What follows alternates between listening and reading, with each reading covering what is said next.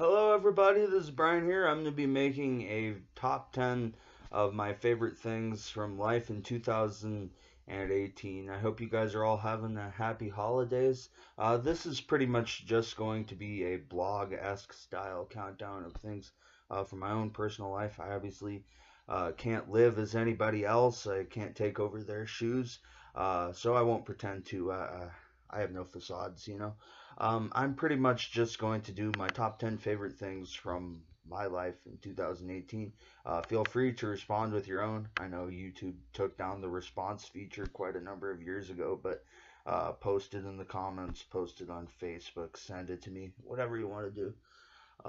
Number one on here is going to be that I got into chess this year after reading about the World Chess Championship tournaments in the news headlines. I heard about champion Magnus Carlsen. I actually watched a couple of games of chess commentaries on YouTube, and then I ordered my own chess set off Amazon. I'm a beginner, to be honest with you, so you can laugh if I don't know the moves or whatever. But it's nice to get into it. It's nice to try to improve your brain and get your mental lucidity going again when you have prescriptions, frankly, making everything fuzzy. Number two on here is going to be that I got to watch most of the Giants season again for the first time in quite a while. And, I love my team. I have a Giants hat right here, if you can't see it. But yeah, I love my team, and this was the most I've gotten to see of it in a couple of years, despite following the headlines every year. The Giants' record was pretty bad, unfortunately, and for the second year in a row, they didn't make it anywhere near the playoffs, even via the second wild card, pretty much. Also, Posey and Baumgartner both got hurt for multiple months each. Baumgartner in spring training and Posey in the second half. Anyways, yeah, it also seemed like the wild card, or sorry, the World Series. I have WS here, and I accidentally read that as wild card instead of World Series. It seems like the World Series passed way too unobtrusively. It was over and done pretty fast, and I think it was kind of a forgettable one. And that's nothing against the Red Sox. I just think a more interesting team could have won it, since they have won quite a few already in recent years. It's kind of like the Yankees winning it. Still, congrats to the Boston Red Sox for winning the World Series. It feels good to have your team in that parade for sure. Um, but yeah, I hope the Giants win next year so it's a little bit more memorable. Just kidding, just kidding. Anyways, number three is going to be epilepsy improvement. This is a little bit more of a personal one. I was able to take some long walks again this year, which was nice for me because I had felt a little bit like I'd been laying down and like I'd been a little bit too lethargic. Um, I felt like I had enough less frequent seizures. My seizure cycle had lengthened enough that I could take those walks again. And I'd had trouble with those things in the past, so it was nice to see that improvement and to not feel like I'm, like disintegrating. Because sometimes epilepsy, it's hard to track the progression of it. Sometimes it feels like you're getting worse. Other times it feels like, there's some people who tell you, oh, that it'll disappear out of nowhere, and they had their last seizure years ago, and it's like you hope you'd be one of those people, but it's always really hard to predict the future when it comes to that. Number four is another a little bit more personal thing. I reconnected with an old friend who I hadn't talked to in 10 years or so out of respect. I'm obviously not going to say their name, but I hope to hang out soon. And it was nice. It was nice to socialize a little bit more and to talk to that guy who I hadn't talked to since I moved, like in probably middle of high school, like I said. So that was like, what, 2010 or something. It's been a while. It's been almost 9 years. This decade has gone by way too fast. Number five on here is going to be that I restarted my YouTube channel. I had one in the past where I talked about wrestling primarily. My channel was, I think, called Slingblade 98. I was like a 12 to 14-year-old kid when I had that channel, so those videos are pretty coarse. Not that these aren't, but still, yeah, those videos are pretty coarse. Anyways, it's nice to restart the YouTube channel. I've lost my old password, and I'm glad to make videos again under this name, and I thank you guys for watching. I appreciate it. Anyways, number 6, this is one of the longer entries on the list, is that I started getting more into music again. I felt like epilepsy knocked me off tracks of the regular practice or progression and playing music. I play guitar. You can look down towards the bottom of my channel to see some of my covers if you haven't before. But yeah, after almost 10 years of playing regularly and taking some classes, even in high school, I took 2 years of guitar for whatever that's worth. And even though my teacher was kind of a dick, I did learn a lot in there. And I felt like it was nice to get back into music and to feel like I'm back in the groove of playing daily, or at least almost daily. Also, I'd like to thank Justin and Marty, respectively, for all their awesome lessons over the years, from Simple Man and restringing my guitar when I was like 13 to relearning those things when I was 24. And, my brain was all foggy, and I was trying to get back to where I was as a man with a chronic illness, frankly. Um, but yeah, that sounds kind of depressing for a favorites list.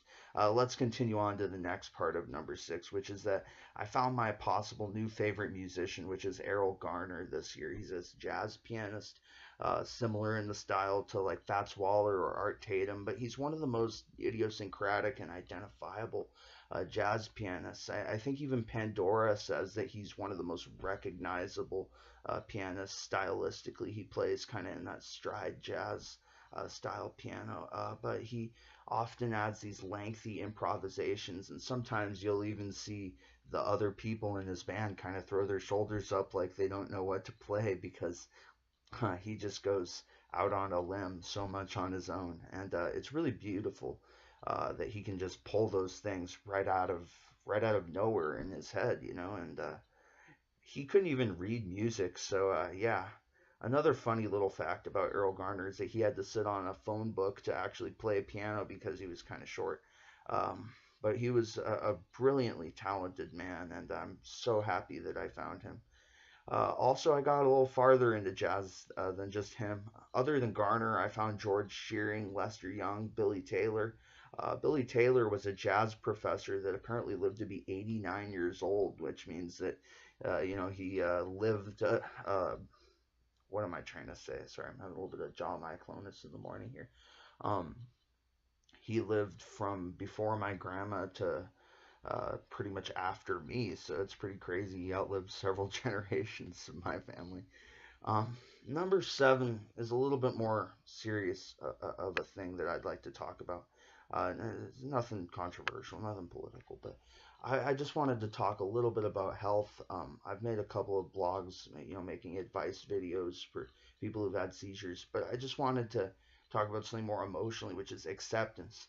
This is something that I hope you can have too if you're a sick person or have changed in some way, and you feel like you have to fix yourself. You don't have to fix yourself. I hope you know that. Change is a natural and normal thing. So the parts of you that you cannot change back to the older models that they were like in the past, it's okay. Some things are harder to accept than others, but they're going to be a part of you either way. This year, after feeling abnormal for years now, I've kind of come to accept myself as a man with multifocal epilepsy. And I hope that if you feel at all like I did, that you learn to love the new you, even if it is kind of a change that you're having a hard time growing to cradle and hold as a part of you. Because either way, no matter what you do, not to make you sound helpless or anything, but either way, no matter what you do, it will be a part of you. It's like uh, me, I never wanted to be sick, but it took me several years to learn to benefit from the positivity and the life experience of having my illness, rather than just the hard and painful parts, of like waking up in a hospital.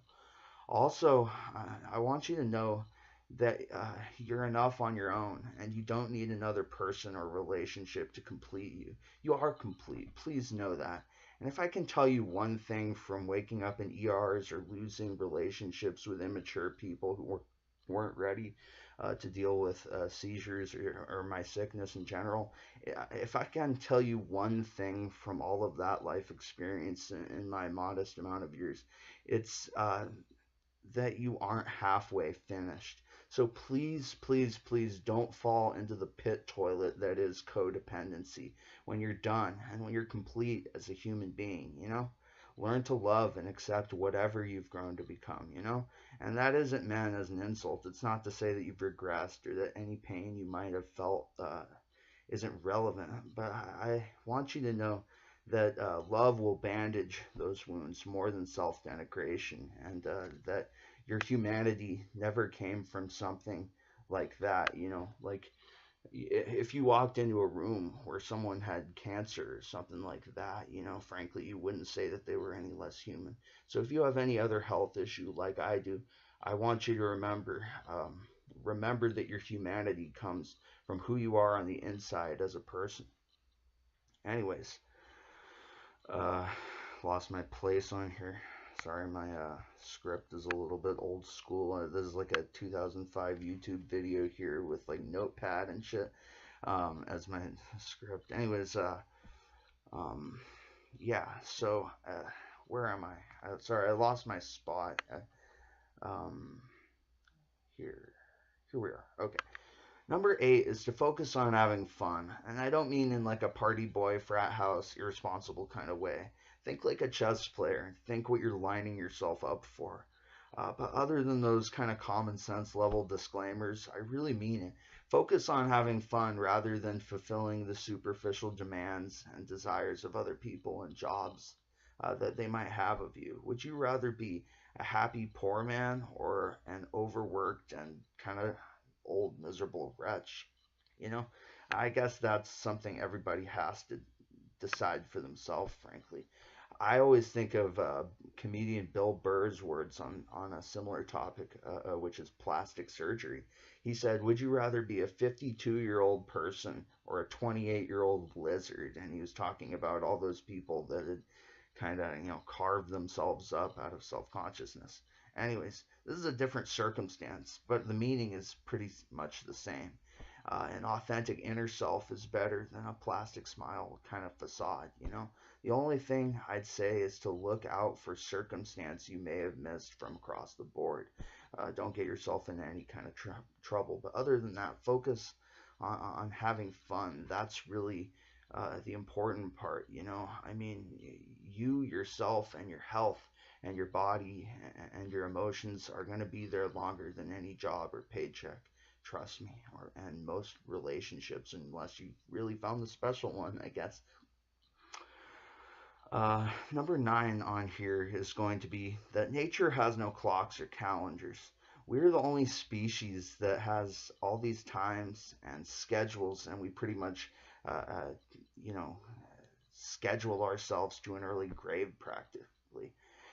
The earth follows the seasons and the sun and the moon, and I don't mean to sound like an astrologer or something. I'm not an astrologer or an astronomer, but still it's nice to kind of lose track when you can, not to dote on time when you can help it, because you're stapling it to your list of neuroses, and it's kind of like pulling out glued on hair plugs. You know, it's just it's a painful habit to break.